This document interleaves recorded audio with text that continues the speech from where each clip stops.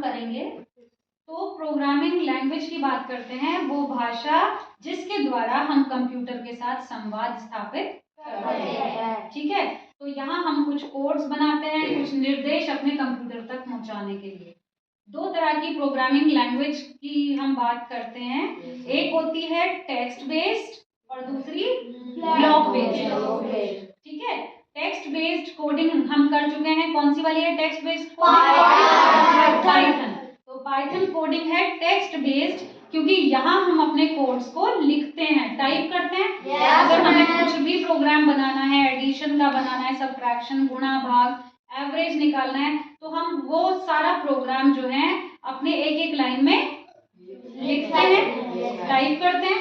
दूसरी कोडिंग है हमारी स्क्रैच। ये है ब्लॉक बेस्ड कोडिंग। यहाँ पर हमारे सामने बहुत सारे ब्लॉक्स होते हैं और उनमें से हर एक कोड का एक डिफरेंट फंक्शन होता है, उसे हम यूज करते हैं। तो स्क्रैच की अगर हम बात करें तो ब्लॉक आधारित प्रोग्रामिंग लैंग्वेज है। 100 से ज्यादा इधर ब्लॉक्स होते हैं और हर एक ब्लॉक का एक निर्धारित कार्य होता है। ठीक है, स्क्रैच प्रोग्राम में स्प्राइट्स होते हैं, स्प्राइट्स यानी कैरेक्टर्स, जो कि हमारी स्क्रिप्ट के अकॉर्डिंग काम करते हैं। दैट परफॉर्म स्क्रिप्ट, क्या काम करते हैं वो? स्क्रिप्ट। कहाँ पर करते हैं? On a stage. तो हम बोल सकते हैं in scratch a program contains sprites that perform scripts on a stage, यानी कि स्क्रिप्ट में एक स्प्राइट होता है जो हमारी दी हुई स्क्रिप्ट के अकॉर्डिंग स्टेज पर परफॉर्म करता है। ठीक है, ये इसका इंस्टॉलेशन का लिंक है जिसके द्वारा हम इसको अपने लैपटॉप में, कंप्यूटर में इंस्टॉल कर सकते हैं। देखो बच्चों, ये इसका इंटरफेस है। स्क्रैच जब भी हम ओपन करेंगे तो हमारे सामने हर बार ऐसा ही इंटरफेस आएगा, तो ये हमें क्लियर होना बहुत जरूरी है कि किसका क्या फंक्शन है। अब यहाँ पर हम बात करें तो ये कोड्स हैं, हमारे पास 9 कोड्स होते हैं, बोर्ड पर लिखे हैं।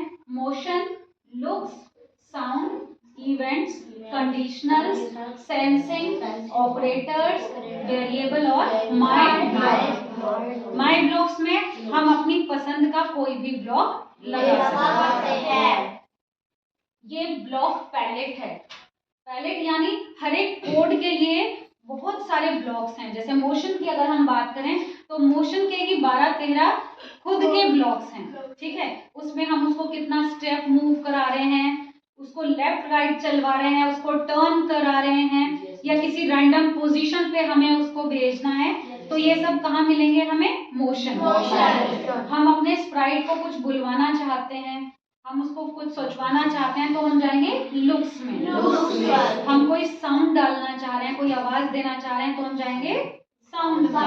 इस तरह ये 9 हमारे कोड्स होते हैं और हर एक कोड के लिए स्पेसिफिक ब्लॉक्स होते हैं।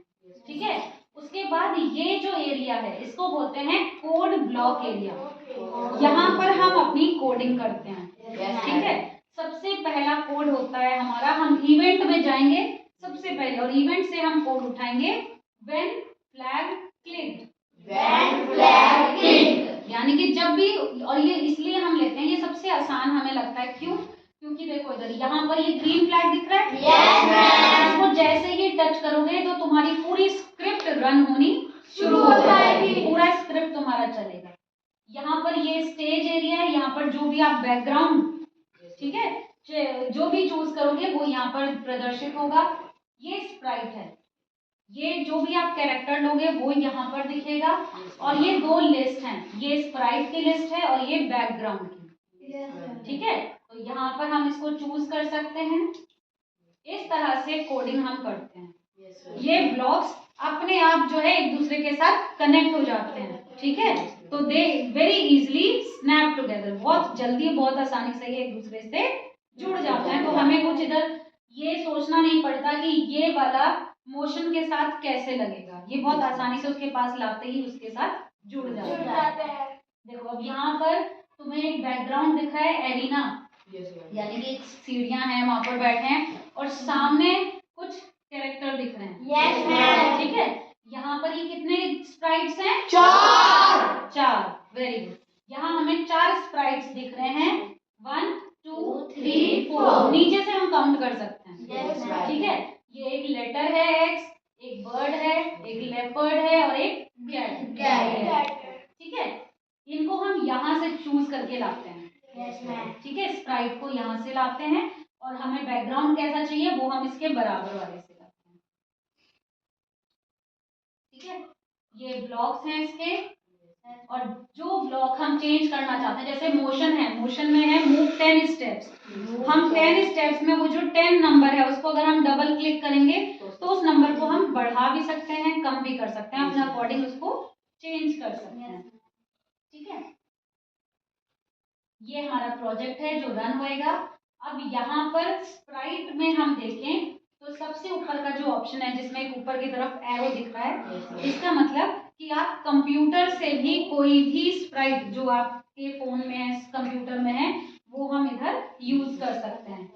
दूसरा है ये सरप्राइज एलिमेंट, इसका मतलब है कि कोई भी स्प्राइट अपने आप आ जाएगा। अगर आपने सरप्राइज एलिमेंट किया तो कोई भी स्प्राइट अपने आप रैंडम आ जाएगा। तीसरा है ड्रॉ, यानी कि आप स्प्राइट को ड्रॉ भी कर सकते हो। अगर आपको सर्कल चाहिए, स्टार चाहिए या कोई ऐसी शेप चाहिए जो आपको इधर नहीं मिल रही, उसको ड्रॉ कर सकते हो। नेक्स्ट है सर्च, इसको हम सर्च को क्लिक करेंगे तो बहुत सारे स्प्राइट्स हमारे पास आ जाएंगे। यहाँ पर एक चीज ध्यान देना, शो और हाइड का, अगर ये हमारा हाइड हो जाएगा, अभी शो है तो हमारा स्प्राइट दिखेगा, अगर ये हाइड हो जाएगा तो हम कोडिंग भी दे देंगे, सारी प्रोग्रामिंग कर लेंगे उसके लिए, पर वो रन करता हुआ दिखेगा नहीं क्योंकि हमने अपने स्प्राइट को हाइड किया है। तो इसको शो पे रखना है। यहाँ उसका साइज है तो हम स्प्राइट का साइज अपनी स्क्रिप्ट के अकॉर्डिंग कम या ज्यादा कर सकते हैं।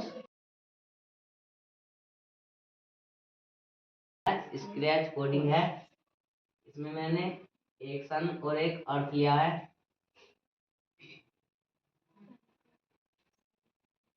बच्चों ने अपना विज्ञान की नॉलेज का भी यूज किया है और उन्हें पता है कि सन का साइज बड़ा है अर्थ से, तो उन्होंने साइज अकॉर्डिंगली चेंज किया। यहाँ अर्थ का साइज कितना रखा है मनु? 50 और सन का 90। अच्छा, ये कोडिंग किस प्रकार से की, इसमें क्या ध्यान रखा था? सबसे पहला कोड कौन सा, ब्लॉक कौन सा लगाया था? सबसे पहले कौन सा ब्लॉक लगाया था? इवेंट में जाकर व्हेन फ्लैग क्लिक्ड, तो सबसे पहला ब्लॉक लगाया था व्हेन फ्लैग क्लिक्ड, और उसके बाद अर्थ सन को क्या कराना चाह रहे थे?